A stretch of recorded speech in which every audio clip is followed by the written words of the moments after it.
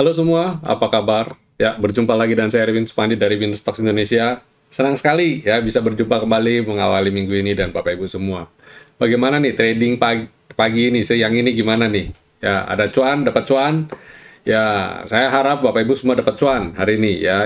IHSG bergerak dengan baik. Biasanya IHSG awal-awal merah. Ya, memang sempat merah sih tadi ya di sepertiga awal atau mungkin tengah-tengah ya sempat merah terus kemudian ditutup menguat tipis ya dia padahal sempat buat lower low sempat bikin deg-degan juga tapi nanti kita lihat chartnya kita akan ulas lebih detail di market review. Oke, hari ini saya mau share apa ya hari ini. Sebagai ya saya akan ulas sedikit lah mengenai Goto ya, IPO Goto.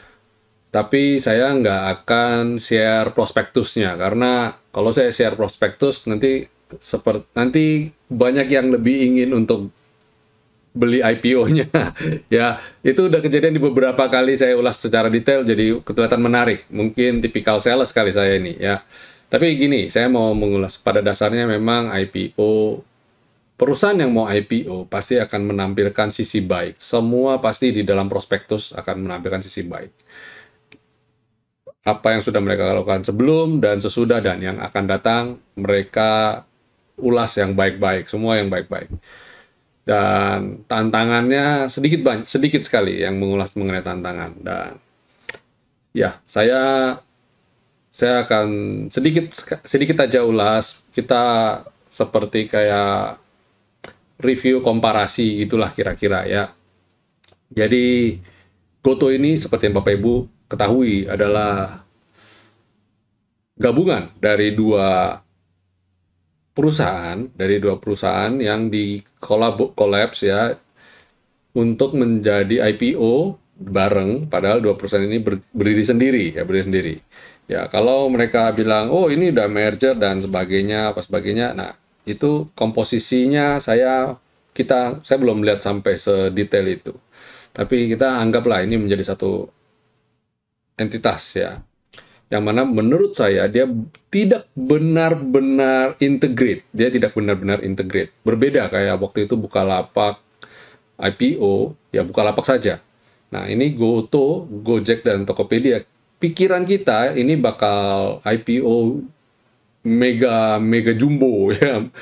Ya, ternyata malah size-nya lebih kecil dari Bukalapak. Walaupun size-nya lebih kecil, tapi ya ini termasuk besar juga ya. Mereka akan merilis 52 miliar lembar saham, setara dengan 520 juta lot saham. Dan itu juga nggak kecil loh, itu besar. Dan ini mereka rame-rame, mereka sebar rame-rame. Dan hari ini muncul berita bahwa book building-nya diundur selama 4 hari ke depan. Ya, oke. Pelan-pelan lah kita bahas itu satu-satu. Nah, kembali lagi, ini dua perusahaan yang berbeda. Dan di dalam perusahaan ini memang ada transportasi, ride hailing, terus ada finance. Ini ada kekuatannya di Gojek ya, ada kekuatan di Gojek. Malah saya bilang kalau e-commerce-nya cuma ada di Tokopedia nih, e-commerce nih. Ya. Nah, ini ya saya ada hati deep down ya, di dalam paling dalam hati kecil saya agak sedikit nggak serak sebenarnya. Ya kalau kalau dia perusahaan ini bisa bersatu terus, nah, ini kalau perusahaan ini tiba-tiba memutuskan untuk pisah bagaimana? Ya pikiran-pikiran konspirasi teori lah, pikiran-pikiran aneh yang membuat saya berpikir aneh gitu loh. Dan terlepas dari itu kita singkirkan dulu bahwa kita lihat dari industrinya ya, industrinya. Ini adalah industri yang memang saat ini menjadi salah satu motor penggerak ekonomi ya. Kita tahu dunia digital saat ini memegang peranan penting. Dan Tokopedia adalah around Big Five, bahkan mungkin tiga besar ya, antara dia nomor satu atau nomor dua ya, sama Shopee lah ya, saling salip-salipan nilai transaksinya. Dan Gojek ya, Gojek ini yang sedikit banyak bikin saya agak-agak gimana gitu karena akhir-akhir ini secara mata saya melihat ya dia tidak transaksinya juga dan tidak seramai Grab ya, Grab, dan belum lagi ada Shopee ya, Shopee Food dan sebagainya, itu yang sudah mulai menggoyang marketnya Gojek. Dan saya melihat Gojek pelan sedikit demi sedikit agak turun, dia punya levelnya atau transaksinya lebih turun, di kalah dari Grab bahkan. Saya melihat itu. Nah, dari sini ada sedikit kekhawatiran untuk saya sebenarnya melihat ini, kayak ya namanya industri ini adalah industri yang penuh dengan persaingan, dan persaingan itu keras ya. Ini permainannya menurut saya agak-agak kotor ya, karena di sini mereka bakar duit lah segala dan macam-macam. Bukan bukan istilahnya yang perusahaan yang dalam beberapa tahun ke depan kita bisa melihat dia punya istilahnya sustainability, dia punya kemampuan untuk terus beradaptasi dan sebagainya, untuk bisa berkembang lagi. Ini mereka itu harus kucurin dana terus, duit terus, dan mau sampai kapan lagi-lagi. Dan kita juga tahu di belum lama ini ada berita bahwa Grab merugi ya, terus ada apalagi Shopee ya, di Cbank juga merugi. Terus apalagi yang sampai harus diaudit ulang ya. Nah, yang kayak gitu-gitu kan gimana ya? Nah, itu sedikit banyak membuat IPO Goto ini menjadi tidak seheboh waktu awal-awal, waktu masih wacana ketika diluncurkan. Ya, seperti saya bilang tadi, kayak anti klimaks lah, apalagi ditambah dengan kondisi Bukalapak yang sampai hari ini belum belum masih dalam tren downtrend ya. Ya, bahkan masih ada di level bawah banget. Nah, tapi orang juga bisa berargumen bahwa, loh Pak, jangan salah Pak, waktu itu Bukalapak ketika IPO memang e-commerce-nya memang dalam kondisi berdarah-darah. Berbeda sama Tokopedia saat ini. Tokopedia saat ini ada dalam kondisi yang prima, ya, dalam kondisi prima. Wah, transaksi Tokopedia berapa dan sebagainya, sebagainya. Tapi kita kembali lagi. Oke, dikatakan prima. Tapi apakah sudah untung? Nah, itu dia. Industri e-commerce ini ya, menurut saya ya sangat kecil untuk membukukan chance untuk membukukan profit dalam waktu dekat. Nah, ini investasi long term, investasi jangka panjang, dan kita Indonesia berbeda ya. Kita jangan lihat sukses story dari Amazon, jangan lihat itu ya. Dia berangkat dari dan kondisi negara teknologi yang sangat-sangat maju, berbeda dengan di sini ya. Ya, di sini orang masih dengan nyaman, masih dengan punya apa ya, kepuasan tersendiri juga belanja offline dan sebagainya. Walaupun kondisi pandemi memungkinkan kita untuk tidak sana, tapi ketika pandemi ini sudah mulai jadi endemi, yang kayak kondisi ekonomi sudah kita lihat begini, ya orang akan masih akan kembali balik ke rutinitas hari-harinya, dan itu menjadi lebih nyaman ya, itu menjadi lebih nyaman sebenarnya bagi beberapa orang, sebagian besar orang. Jadi jalan masih panjang lah. Jadi daripada kita memutus untuk ikut IPO ya, saran saya mungkin kita banyak yang mungkin, nggak cuma saya, banyak orang yang memutuskan untuk kita wait and see. Kita beli di market aja. Toh tidak ada kata terlambat untuk jika memang dia masih akan terbang. Contoh, perusahaan yang saat ini dalam tren naik yang bagus ya, seperti yang kemarin ADMR ya, yang baru IPO, yang kita studi kasus yang baru IPO ADMR. Terus ada beberapa yang waktu itu naiknya cukup spektakuler ya. Apa ya yang baru IPO? BEPS ya. Terus apa lagi? Coba silakan Bapak Ibu komen di sini yang dalam posisi uptrend. Toh pada akhirnya ketika kita entry juga nggak ada terlambat, masih dapat profit juga ya, masih dapat profit juga. Profit berapa sih yang kita kejar sebenarnya dari beli di IPO? Dan saya yakin juga karena posisi penjatahan dan sebagainya, kuantitinya juga kita nggak bisa dapat banyak.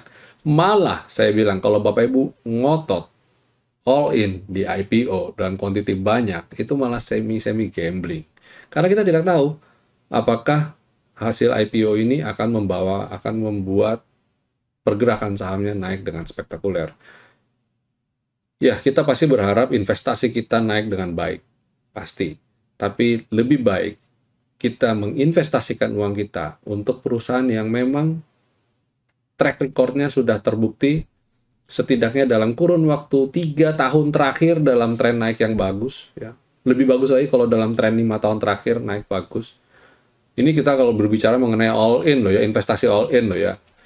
Bukan kalau itu yang menurut saya lebih konservatif, lebih defensif. Ini karakter saya ya, bukan karakter seorang gambler. Kalau kita mau gambler, lain lagi ceritanya.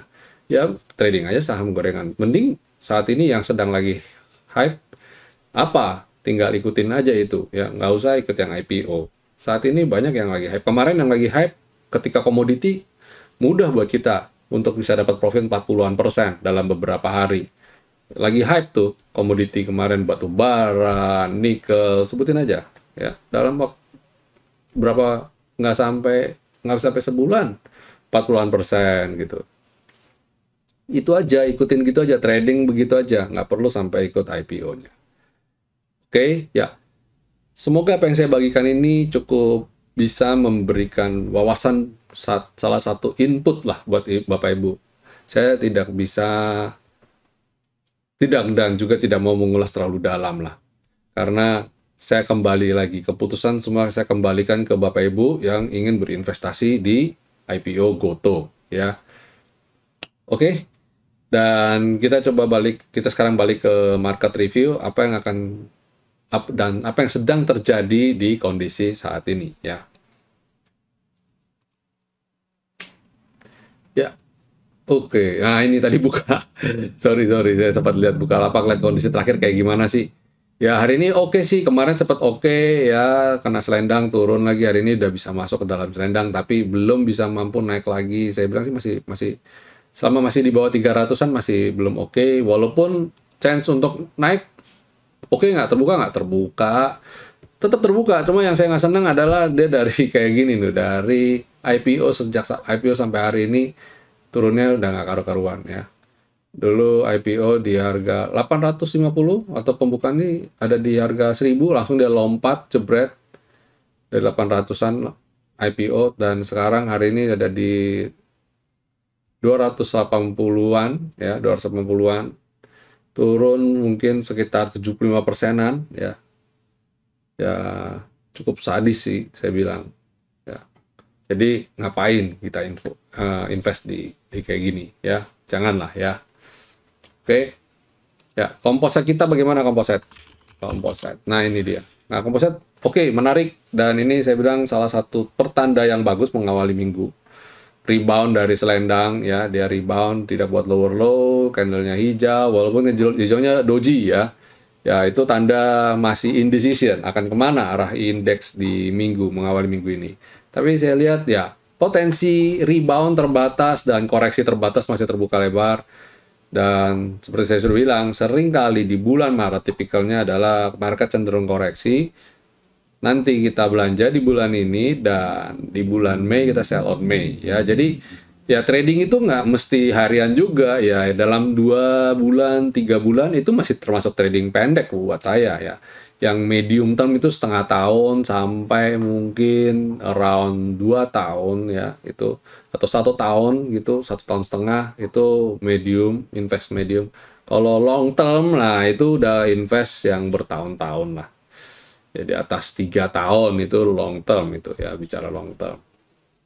Kenapa saya bilang begitu? Karena banyak teman-teman kita yang dari awal pandemi beli BCA sampai hari ini ya, menurut saya itu masih termasuk short term itu, karena BCA kalau dari tahun 2008 sampai hari ini ya itu baru investasi yang fruitful ya, berbuah 14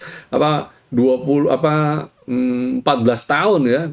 Itu kayak apa itu investasi yang seperti apa? Nah, itu yang kita cari sebenarnya ya.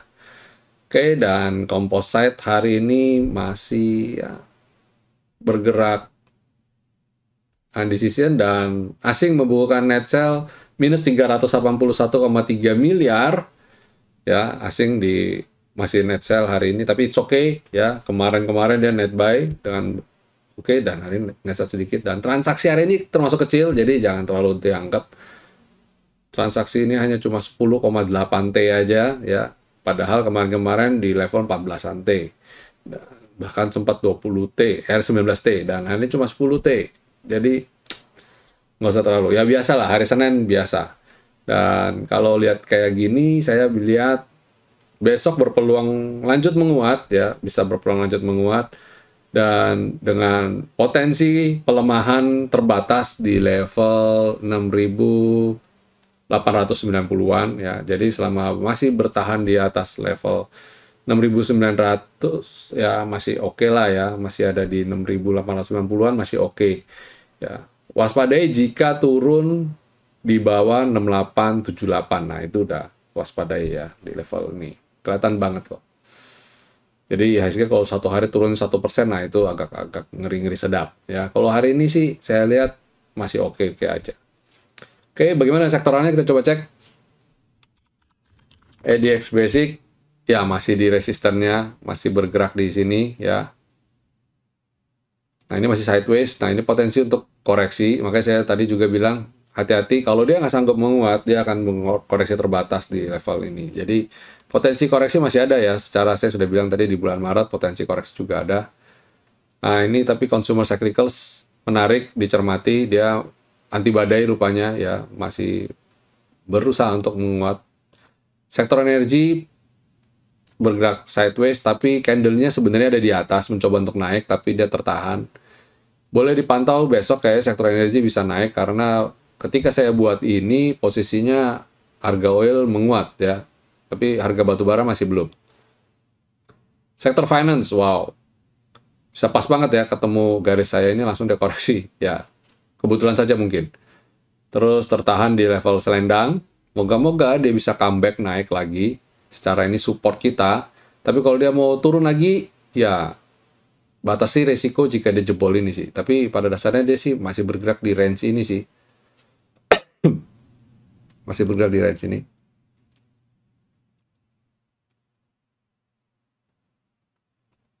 Ya, masih bergerak di range ini ya. Moga-moga dia bisa segera rebound lagi. Itu sektor finance, kemudian setelah finance ada healthcare. Healthcare juga belum mampu naik menembus V-line ini, masih di bawah bayang-bayang downtrend. Jadi sementara jangan dulu entry dulu. Tapi Pak, ada beberapa emiten yang mulai merangkak naik sektor healthcare. Ya, tapi kan bobotnya juga nggak terlalu besar. Jadi mungkin sifatnya baru menguat sementara saja. Industri, wow, industri menarik ya. Anti badai ini industri. Jadi sektor, kita udah temuin ada dua sektor yang terlihat menarik dicermati, yaitu tiga ding, sorry. Pertama, sektor consumer cyclicals, kedua energi, dan sektor ini, industri. Terus habis itu ada infrastruktur, infrastruktur sudah disupport juga, dia nggak buat lower, nggak tembus selendang, nah ini menarik juga nih. Moga-moga dia bisa bisa rebound ya, bisa rebound. Kita cermati yang buy on weakness adalah sektor finance dan infrastruktur ini. Buy on weakness. Terus habis itu consumer non cyclicals belum mampu naik ke selendang, jadi saya bilang masih stay away dulu. Dan gudang garam hari ini malah ARB ya, karena gitulah ya. Ada yang unloading, saya yakin di hari Jumat dan hari Senin. Tadi sebenarnya gudang garam cukup baik. Pagi-pagi turun sedikit. Nah, kalau gitu dia turun sedikit itu pada taking profit. Nah, sekarang nanti kita waktunya untuk beli lagi ketika buy on weakness. Nah, itu dia cara trading yang baik gitu ya. Nah, ini properti. Nah, properti di beberapa, saya lihat di beberapa grup, di beberapa tempat sudah mulai merekomendasikan ini. Ya, saya juga melihat ada peluang untuk menguat ya, tapi saya masih belum berani merekomendasikan saat ini karena sifatnya masih sangat spekulasi. Jadi kalau proyeksinya bilang ya untuk 2-3 bulan ke depan mungkin menguat ya, semua juga bisa ngomong begitu, ya kan? Asal beli aja hari ini, ya kan lagi koreksi, lagi murah, beli aja. merem 3 bulan ke depan. Ya, silakan aja jika Bapak Ibu punya strategi yang seperti itu. Tapi saya yakin kebanyakan dari para pelaku trading saham di Indonesia, para investor saham, lebih cenderung ke trading. Jadi beli dalam 3 hari ke depan udah mulai gerah. Ini mau kemana arahnya? Itu berarti artinya Bapak Ibu adalah seorang trader, ya trading pendek bahkan. Ya, kalau untuk yang kayak 2-3 bulan ke depan, nah itu sih belinya merem, santai, nggak perlu ribut-ribut, nggak perlu dipantau terus setiap hari gitu ya. Nah itu cocok. Tapi kalau yang model ya ini gimana naik nggak apa segala, udah mulai panik, tanya sana, tanya sini, ya itu Bapak Ibu pasti trader karakternya. Simple, sesimpel itu. Properti, kemudian habis dari properti ada Tekno. Nah, Tekno mungkin gara-gara Bukalapak, tapi saya nggak tahu. Ya, besar kemungkinan. Ya, besar kemungkinan. Tapi saya masih wait and see, ya, wait and see. Kalau lihat kondisi saat ini sih dia lagi di support. Kalau Bapak Ibu mau spekulasi entry, silakan. Tapi ingat ya, sifatnya spekulasi, jadi masuk bertahap. Jadi Bapak Ibu kalau memang, Pak, ini Bukalapak murah nih, ya kan Bapak pernah bilang, Bukalapak kira-kira di level di bawah 300 ya.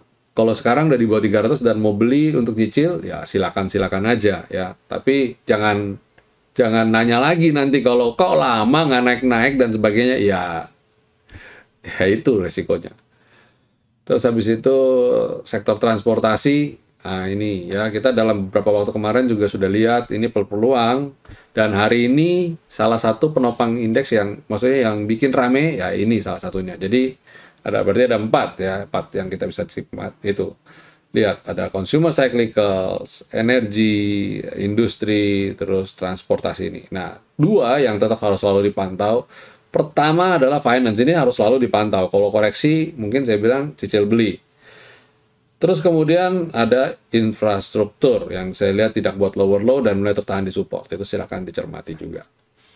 Oke, itu market review kita untuk perdagangan tanggal 21 Maret, dan untuk action ke depan ya tanggal 22 Maret 2022. Dan ya kita masuk segmen berikutnya. Sebelum saya masuk segmen rekomendasi, saya ajak Bapak Ibu jangan lupa untuk subscribe channel YouTube ini, dan jangan lupa juga nyalakan tombol loncengnya. Jika Bapak Ibu mendapat manfaat dari video-video kami, jangan pelit juga untuk beri jempol. Oke? Ya. Sekarang kita masuk ke rekomendasi.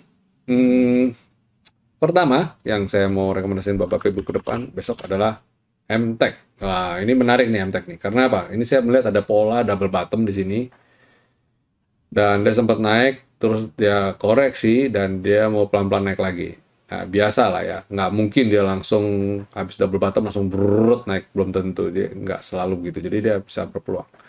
Koreksi dulu, dan ini saya lihat dia tertahan di level selendang dan dia rebound. Ini menarik banget, dia nurut sekali ya dengan pola ini, dengan tools kita, dengan selendang ini.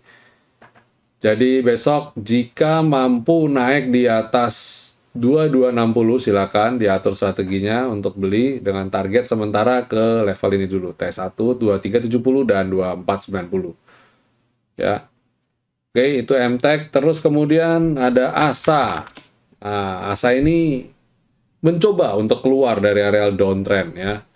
Dan dia selama ini belum mampu naik ke atas selendang. Nah, sekarang dia bisa naik ke atas selendang. Nah, silakan cermati dengan target ini. T1 2680, 2830 dan 2950. 2980. Batasi risiko jika dia jebol selendang di 2250, 2240 dia jebol. Nah, silakan jualan dulu. Kemudian ada BTPS. Nah, BTPS juga sama, mencoba untuk comeback keluar dari area downtrend, dari zona downtrend. Dan kalau dia bisa breakout selendang, menarik ya, lanjut ke level ini. Target ini dulu, ikut ini. 3460 dan 3620. Moga-moga bisa sampai ke 3780, tapi saya bilang target ke 3620 dulu. Ke T2 dulu aja, konservatif dulu aja. Ini belum terlalu rame, transaksinya belum terlalu rame. Dan dia mulai pelan-pelan membaik ya. Jadi tenang-tenang dulu aja. Habis PTPS ada Medco. Nah, Medco menarik nih ya. Dia coba untuk rebound dan tadi sebenarnya koreksi tapi dia menguat sedikit dan lagi di area support. Nah, tadi seperti saya sudah bilang, ketika saya buat video buat ini, harga oil kelihatannya menguat. Jadi besok berpotensi untuk menguat terbatas ya. Targetnya sementara ke ini dulu, ke kotak merah ini, ke level 6480, 640 dan ke level 675. Jadi antara rentang ini ya, 640 dan 675. Silakan Bapak Ibu ya. Terus habis Medco, silakan juga cermati MNCN. MNCN ini saya kasih terakhir untuk rekomendasi karena biasanya dia isi come isi go. MNCN ini masih bergerak dalam tren naik yang sideways, cenderung sideways. Jadi kalau dia mau naik, menguat sementara ke 935 dan 960 ini dulu, ya, ke T1 dan T2 ini dulu. Sementara jangan set target terlalu tinggi, karena dia biasanya dia modelnya kayak gini ya, cenderung bergeraknya kayak gini. Kalau saya bilang sih, wait and see dulu. Ya, ini masih ya cenderung lamban. Oke, ya itu rekomendasi yang saham-saham yang bisa Bapak Ibu perhatikan untuk trading esok hari. Oke, Bapak Ibu, itu video kita, market review, sharing mengenai GoTo, dan rekomendasi untuk esok perdagangan tanggal 22 Maret 2022. Terima kasih sudah menjadi pemirsa setia dari channel YouTube ini. Jangan lupa juga ajak buat teman-teman Bapak Ibu Saudara semua untuk mengunjungi channel ini ya dengan membagikan link video edukasi saham ini. Oke, Bapak Ibu, sampai di sini dulu. Happy profit semuanya. Jangan lupa untuk bikin trading plan. Tanpa trading plan, better jangan trading. Sampai jumpa semuanya. Stay safe, stay healthy, stay strong, and God bless you all.